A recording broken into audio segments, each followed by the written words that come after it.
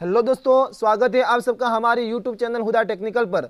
तो दोस्तों, जैसा कि आपने थंबनेल में देख लिया किस टॉपिक पर वीडियो है, तो हम फ्रिज के बारे में कुछ समझा रहे हैं। ठीक है दोस्तों, तो वीडियो को पूरा देखिए और अगर वीडियो पसंद आए तो लाइक करना बिल्कुल ना भूलें। ठीक है दोस्तों, चलो स्टार्ट करते हैं।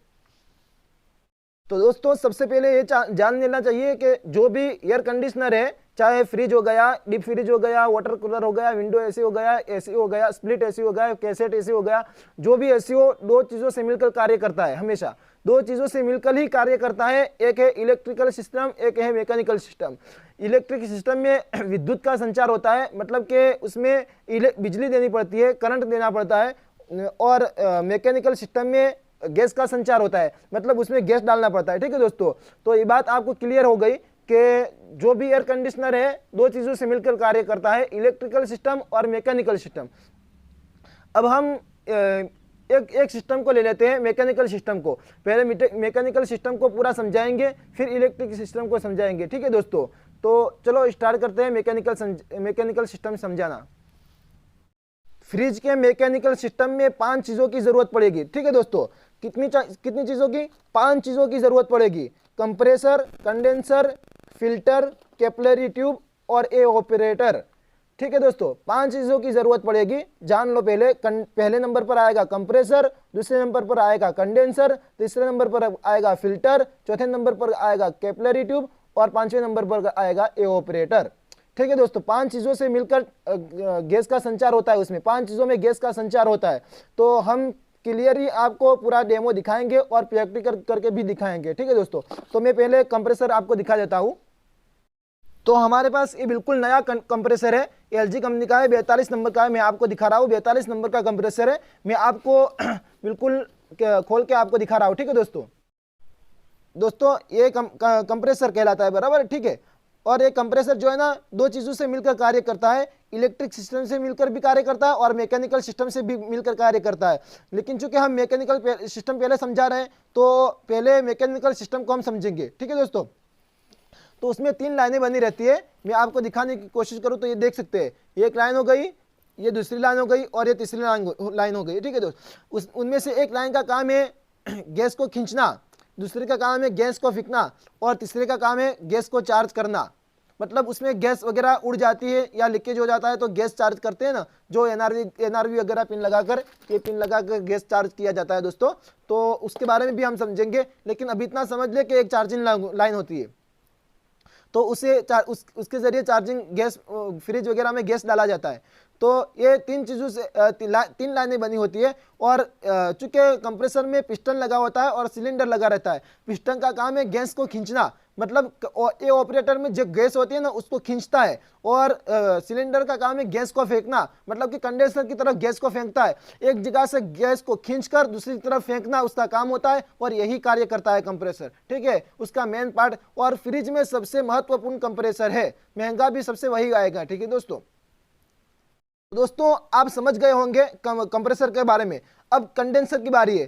कंडेंसर जो है ना, फ्रिज के बाहर जो लोहे की जाली की तरह लगा रहता है उसको बोलते हैं कंडेंसर। मैं आपको दिखा रहा हूं वो भी तो उसको बोलते हैं कंडेंसर। ठीक है दोस्तों, तो कंडेंसर का काम जो होता है ना, वो जो कंप्रेसर गैस को फेंकता है, तो वो गैस को फेंकने के बाद कंडेंसर पर जाली बहुत सारी जालियां रहती है। ठीक है दोस्तों, तो गैस को घुमा घुमा कर द्रव में बदल देता है। मतलब कि कंडेंसर का काम ही है ये दोस्तों कि हाई प्रेशर हाई टेम्परेचर की गैस को घुमा घुमा कर ठंडा करके वेपर से द्रव में बदलना, मतलब कि जो है ना गैस को भाप में बदल देता है। ठीक है दोस्तों, यही काम होता है कंडेंसर का। क्यों? इसलिए तो आप देखेंगे कंडेंसर के ऊपर हाथ रखेंगे ऊपर की तरफ तो कंडेंसर सबसे ज्यादा गर्म लगेगा, इसीलिए उसको बाहर रखा जाता है। अगर अंदर की तरफ कर दे, फ्रिज के अंदर की तरफ, तो फ्रिज जो है ना इतना कूलिंग नहीं देगा। इसीलिए फ्रिज के कंडेंसर को बाहर रखा जाता है और दीवार से भी उसको हटाकर रखा जाता है। एक कंडेंसर को अगर खुली जगह पर रखे तो फ्रिज ज्यादा कूलिंग करेगा।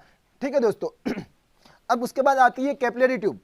कैपिलरी ट्यूब में फिल्टर की बारी आती है। ठीक है दोस्तों, तो फिल्टर का काम भी यही होता है क्योंकि फ्रिज में फिल्टर का काम ही रेफ्रिजरेंट को छान कर शुद्ध करना।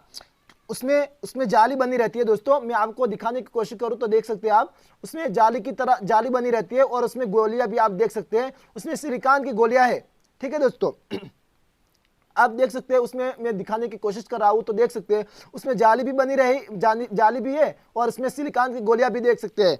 तो गैस को शुद्ध छान कर शुद्ध करना और वातावरण की नमी को शोषित करना, यानी बाहर से जो उसके अंदर नमी गई है, बाहर की जो वातावरण है, ये सिलिकॉन की गोलियां उसमें शोषित कर लेती है, ये अपने आप में खपा लेती है। ठीक है दोस्तों, तो यही फिल्टर का काम है। फिर फिल्टर से आगे कैपिलरी का काम होता है। ठीक है दोस्तों कैपिलरी ट्यूब का भी कार्य जो है ना, हाई प्रेशर द्रव रेफ्रिजरेंट को लो प्रेशर द्रव रेफ्रिजरेंट में बदलना होता है।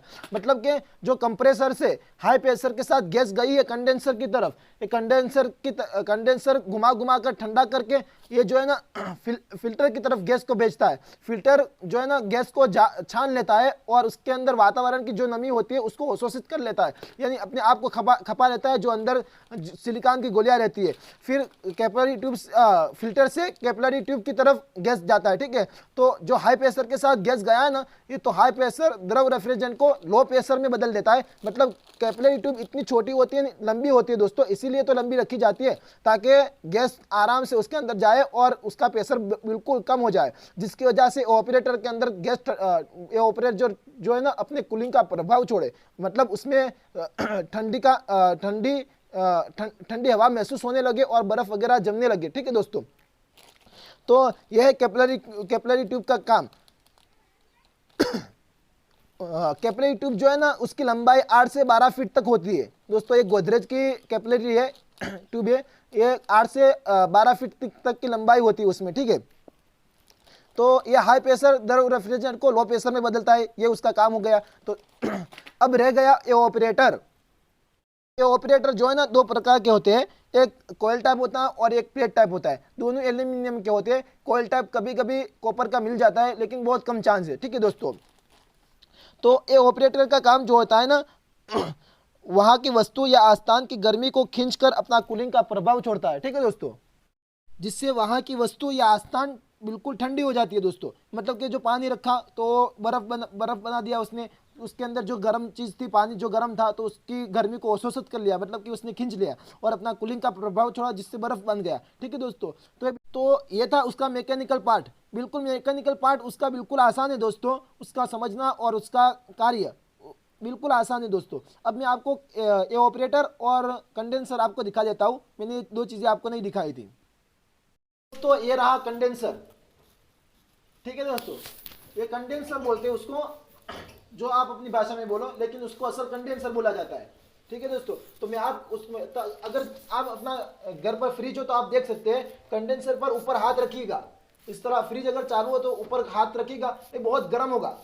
अगरचे उसके अंदर गैस रहता है, लेकिन गैस इतनी कंप्रेसर जो है ना इतनी प्रेशर के साथ गैस को भेजता है कि उसकी पाइपों को गर्म कर देता है, बहुत गर्म। अगर 1 घंटे से फ्रिज चालू होगा ना तो बहुत हीट होगा। ठीक है दोस्तों, देखो मैं आपको दिखा रहा हूँ, ये है डिस्चार्ज लाइन, जिससे गैस के फेंकने का काम होता है। तो ये सीधी गई है कंडेंसर के अंदर, कंडेंसर के अंदर गई ये गैस को घुमा घुमा घुमा घुमा घुमा घुमा घुमा कर दोस्तों ये कैपिलरी ट्यूब की तरफ हुई, फिल्टर की तरफ हुई, फिल्टर से कैपिलरी ट्यूब की तरफ हुई। ठीक है दोस्तों, और कैपिलरी ट्यूब से अंदर से होके ये ऑपरेटर में गई। ये रहा ये उसका ऑपरेटर,